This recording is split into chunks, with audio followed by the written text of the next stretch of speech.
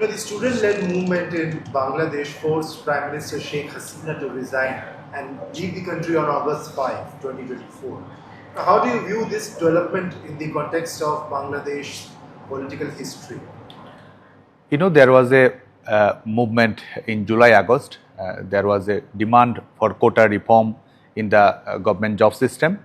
And as a students' organization, Bangladesh Students League, the ruling party Bangladesh Awami League and the government, they played a significant role to fulfill the demands of the students. As it is a judicial process, Awami League take every necessary steps to fulfill the demands, and it is Awami League, it is Sheikh Hasina who actually abolished the quota system in 2018. And as it is in the appellate division, government lawyers, they applied for the appealed for the students' fulfillment. And also Bangladesh Students League, that we engaged in policy advocacy.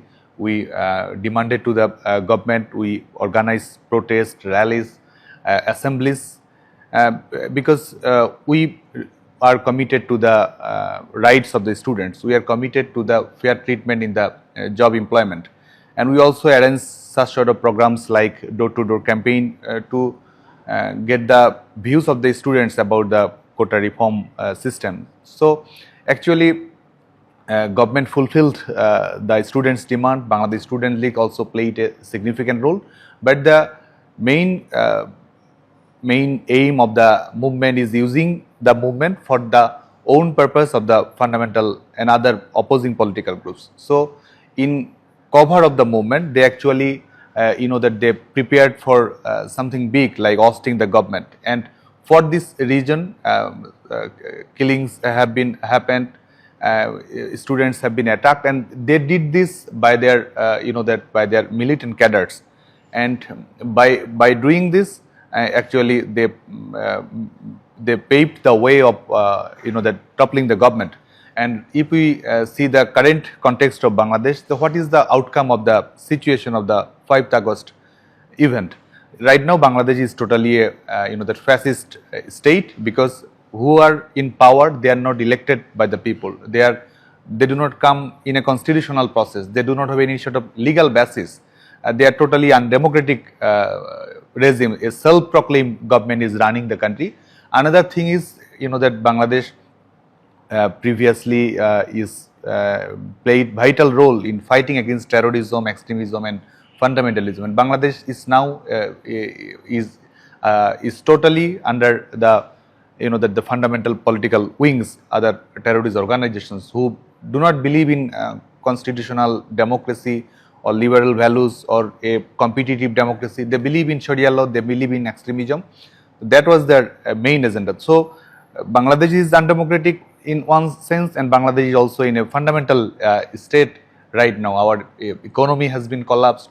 Women are become the victim of the situation, moral policing, mob attacks, the attack on the minority peoples. Bangladesh became, and the law and order situation right now in Bangladesh, that is actually no law and order situation. It is a totally lawless state right now. There is no that the independence of the judiciary. Government directed the verdict of the court. Whatever the government demands, the court is ready to fulfill that sort of demands. Government is saying that these people should get bail or not. They are changing the previous verdicts. They are doing whatever they want, and so judiciary is right now in Bangladesh is a that you can say it extension of the executive actually. And also in regard the freedom of press, freedom of assembly, freedom to protest, the situation that the media is totally controlled by the government right now. You only valid opinion in Bangladesh right now is the government's opinion. You have the only liberty if you support the government. The supporting government is the only option by the government right now.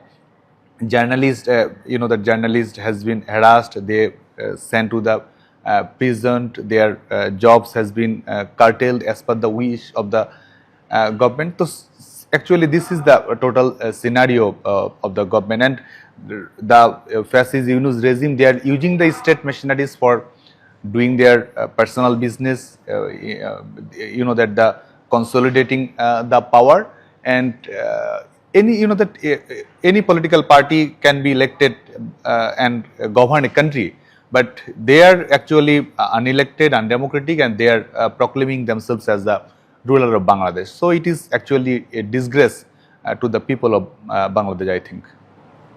Your organization has been banned and designated as a terrorist group by the Bangladeshi government. More recently, even the Awami League was banned.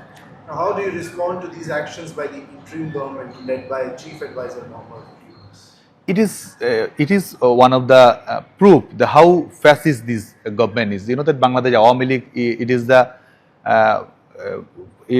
creator of Bangladesh actually. It lead the independence movement, democratic movement, movement against the military rulers, and that other than the 15 years of military rule, more than 80% times Bangladesh Awami League is elected by the people of Bangladesh. So it represented the majority people of the Bangladesh. That Bangladesh experienced economic transformation by this political party.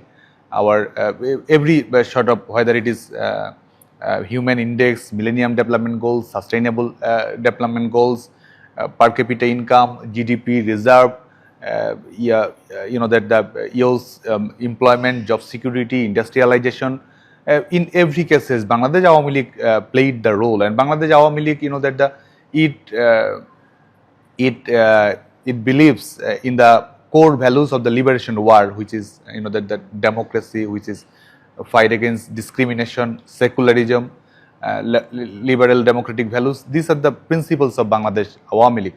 And by banning this party, this government is unmasking itself that this is actually a fascist regime. And another reason of banning Bangladesh Awami League, and also they banned Bangladesh Students League, that their fear of the protest, their fear that the people will rise, people will have their voice, and people will reclaim over the country. This is their voice. So they are also afraid of the ballot. They are trying, that they banned one of the largest political party in the country, and they said about fair election, inclusive election.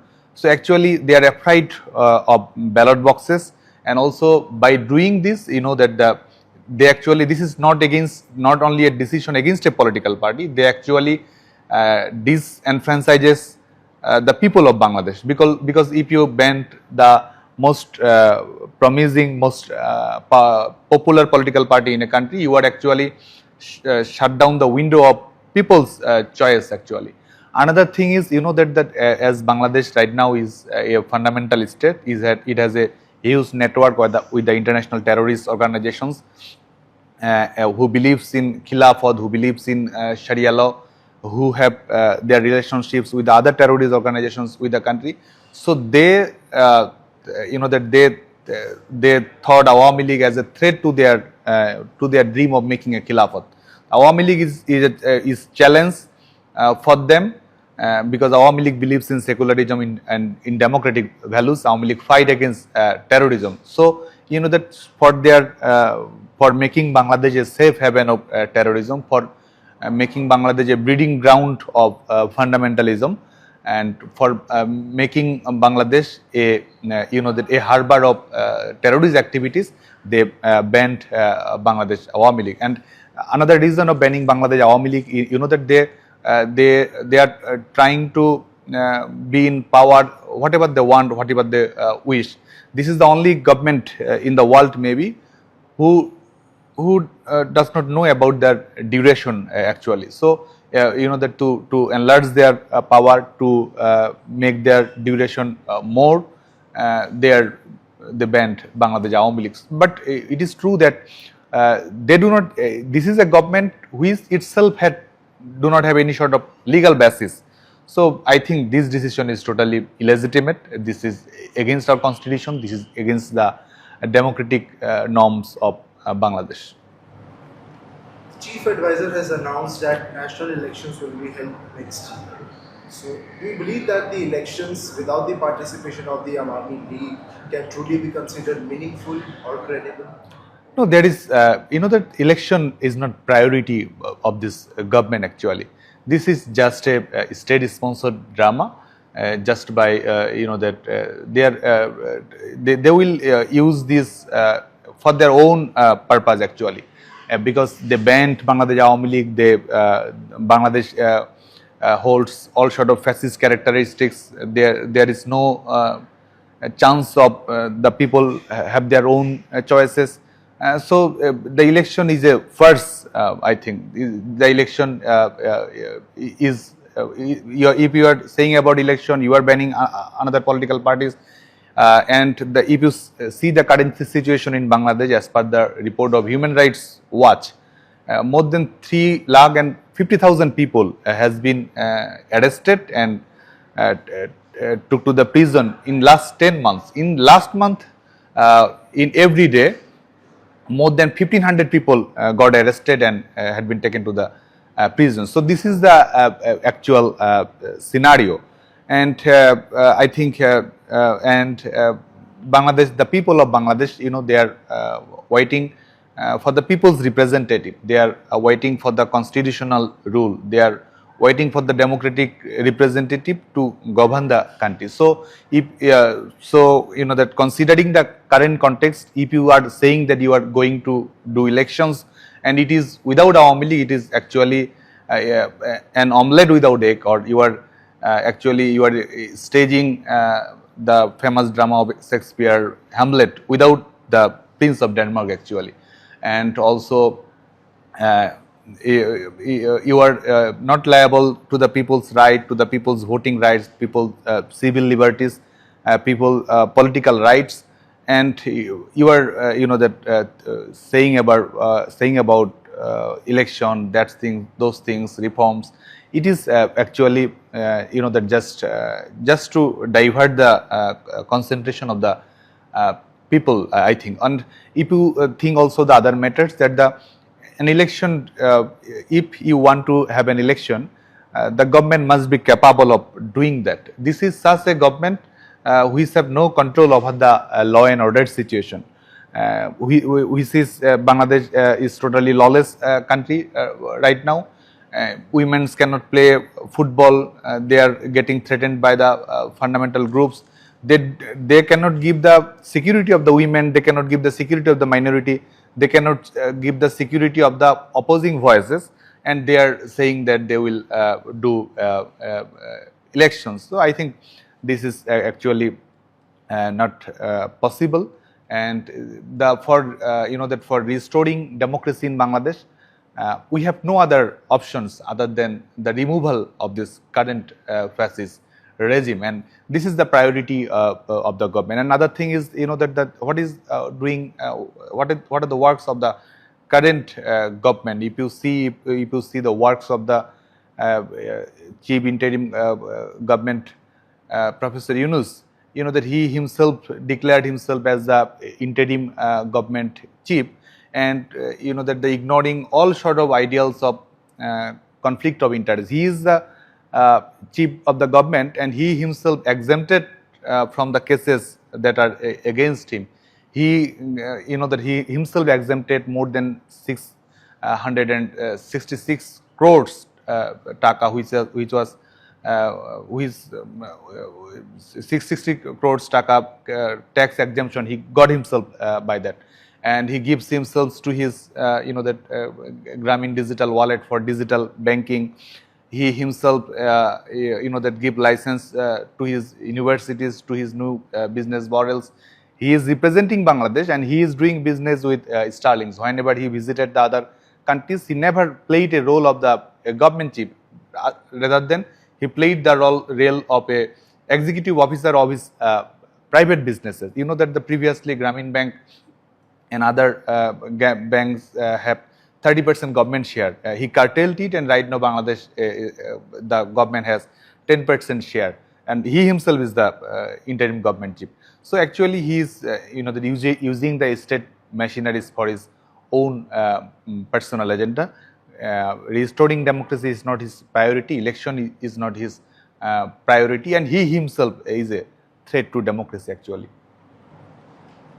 Despite this significant political upheaval in Bangladesh, the international community has largely remained silent. Why do you think the world is not reacting more strongly to these developments? I hope the government, I hope the world will have their voice also, because there must be a wake up call for Bangladesh, because right now Bangladesh is a breeding ground for terrorism. There are gross human right violations cases in Bangladesh. And there are so many things are happening in Bangladesh, which is inconsistent with the universal goal declared by the organizations, other governments. One of the thing is who are reigning power in Bangladesh, as they are as they are as they are giving patronage to the fundamental groups. So it is ultimately a threat to the regional stability, peace, and harmony. International terrorist organizations are, that they are doing their meetings, they are having their view exchange programs in Bangladesh, they are doing their trainings.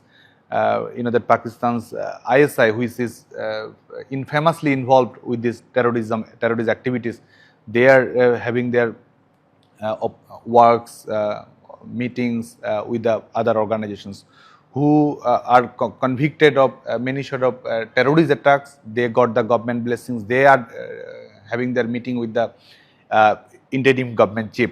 And that the women empowerment, inclusive society, and also championing the human rights is one of the priorities of the world and the liberal governments all over the world.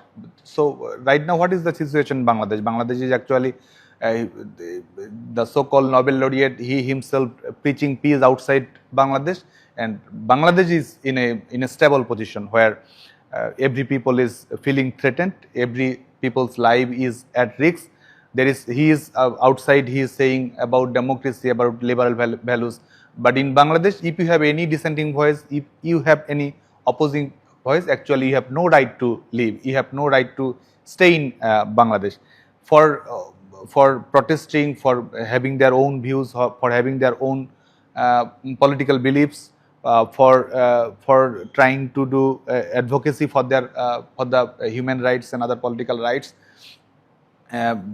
Every people is becoming a victim of the current regime. If you see the situation, as I am a student representative, right now in Bangladesh, more than 5 lakh students, for just being a activist of Bangladesh Students League, for just being a follower of Bangladesh Awami League, for just being supportive to the ideology of liberation war, for just having liberal values, for just doing advocacy for secularism, for inclusive society, they cannot participate in the classes, in the examinations, they cannot go to the exam halls. So right to education is totally threatened in our country, and many students, for whatever reasons the government may know, they took them. They are that they are also attacked by the fundamental groups. There are incidents of mob attacks, and there are for baseless cases, for no reasons they took them out of his home and take them to the prison. So this is the actual scenario. Most of the students, more than millions of student activities who are connected with the our party, they that they cannot remain in their houses, they cannot do their usual jobs. They are all times threatened by the government machineries and other fundamental groups supported by the government. So this is the actual scenario. So I do believe that the world, there is a wake up. There must be a wake up call for democracy in Bangladesh. The world must listen to the voices of the people of Bangladesh. The repressive regime of Bangladesh must come to be an end. Justice must be maintained, and fundamental human rights must be restored, and fundamentalism, sponsored by the Yunus regime must be, must be totally eradicated from our country. Other than this will be a serious security challenge for the peace and regional stability of South Asia. There will be many sort of events for terrorism all over the world, and the women empowerment for the women's rights will be totally at danger, and women will become a target of moral policing for that they won't have any sort of rights, whether it is education, whether it is living, whether it is political freedom. So this is actually the situation in Bangladesh, and the people of Bangladesh the people of Bangladesh are fighting. The people of Bangladesh are trying to have their voices. The people of Bangladesh are trying to come back, and the people of Bangladesh is against this, the fascist regime, and the world is obviously responsible to be on the side of the people.